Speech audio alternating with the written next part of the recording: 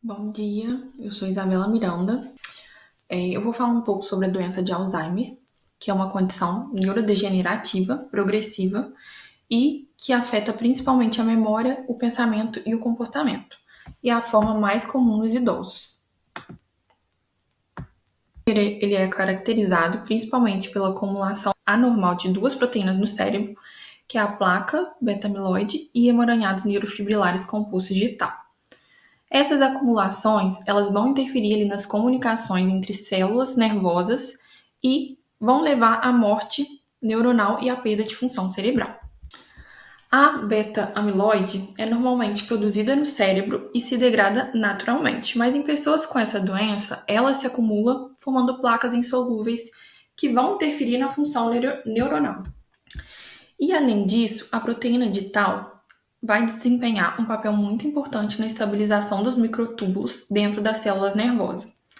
Em pessoas com Alzheimer, a Tau se torna hiperfosforilada, o que vai levar à formação de emaranhados neurofibrilares. E esses emaranhados vão interferir no transporte axonal e na comunicação celular, que vai contribuir ali para a degeneração neuronal. Temos também outros fatores que vão estar contribuindo para a progressão da doença de Alzheimer, como a inflamação cerebral, o estresse oxidativo e disfunção sináptica. A interação complexa desses processos vai contribuir para a perda progressiva das células cerebrais e para os sintomas clínicos observados nessa doença, como a perda de memória, a dificuldade de concentração, alterações de humor e perda também das habilidades cognitivas. A gente vai ter como fatores de risco a idade avançada.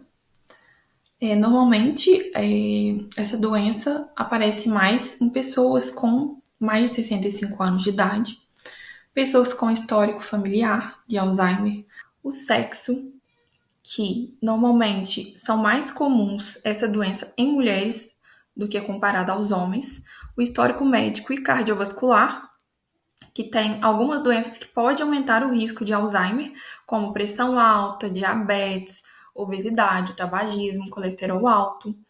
O estilo de vida também vai estar influenciando para um maior risco da pessoa ter Alzheimer. E é importante a gente notar que muitos desses fatores de risco vão estar interconectados, que podem estar influenciando uns aos outros.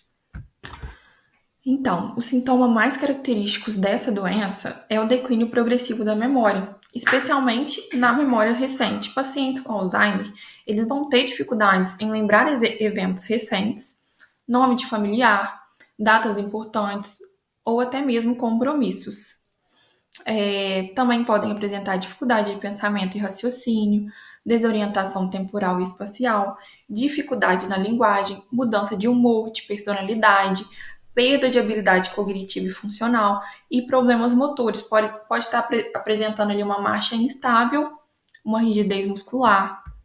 A progressão da doença varia de pessoa para pessoa e os sintomas podem se manifestar de maneira diferente em cada indivíduo. Além disso, os sintomas podem piorar ao longo do tempo à medida que a doença avança, afetando significativamente a qualidade de vida do paciente. O diagnóstico da doença de Alzheimer normalmente envolve uma abordagem multidisciplinar, incluindo ali um histórico médico bem detalhado, uma anamnese bem feita, exame físico, avaliação neuropsicológica, testes laboratoriais para poder estar ali descartando outras causas de sintomas semelhantes. E, além disso, também é muito importante os exames de imagem cerebral, como a ressonância magnética ou tomografia computadorizada, que é usado para poder detectar alterações estruturais nos cérebros associadas ao Alzheimer, como a atrofia cerebral, o acúmulo de placas beta-amiloides. Os critérios mais utilizados para a gente estar diagnosticando a doença de Alzheimer no paciente é a presença de déficit cognitivo progressivo que começa a interferir nas atividades diárias, além da presença de biomarcadores de doença de Alzheimer, como os achados anormais em exames de imagem ou os níveis elevados de proteínas associadas à doença do líquido céfalo-raquidiano. Fazer o diagnóstico dessa doença pode ser algo muito desafiador, principalmente no estágio inicial da doença, porque os sintomas estão muito sutis e é facilmente confundido com envelhecimento normal ou até mesmo outras condições médicas. Nos casos mais avançados, o diagnóstico se torna mais fácil, porque os sintomas vão estar mais característicos, como a perda significativa da memória e também da função cognitiva. E também a gente vai observar alteração no exame de imagem. É importante a gente saber que na atenção primária recomenda-se o uso de testes breves de rastreio cognitivo, avaliação funcional e neuroimagem estrutural, para a gente estar diagnosticando essa doença. Já na atenção secundária, recomendam-se avaliação neuropsicológica bem detalhada, neuroimagem estrutural e funcional. E já na atenção terciária, a investigação é completa em todos os recursos disponíveis, incluindo também os biomarcadores.